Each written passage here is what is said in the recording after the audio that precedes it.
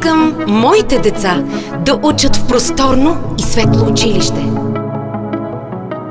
Класните им стаи да са красиви, уютни и да създават позитивна атмосфера. Учителите да са високо квалифицирани, взискателни и грижовни към всяко дете. Децата да могат да ползват компютърни кабинети,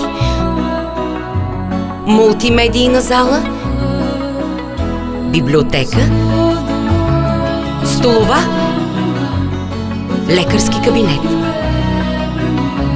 Да могат да спортуват, да развиват творческите си способности, да изучават не само учебните предмети, но и да се учат да бъдат добри граждани. Като родител да се чувствам пълноценен партньор на училището. Всичко това, което искам за моите деца, открих в основно училище Свети Кирил и Методий, Враца.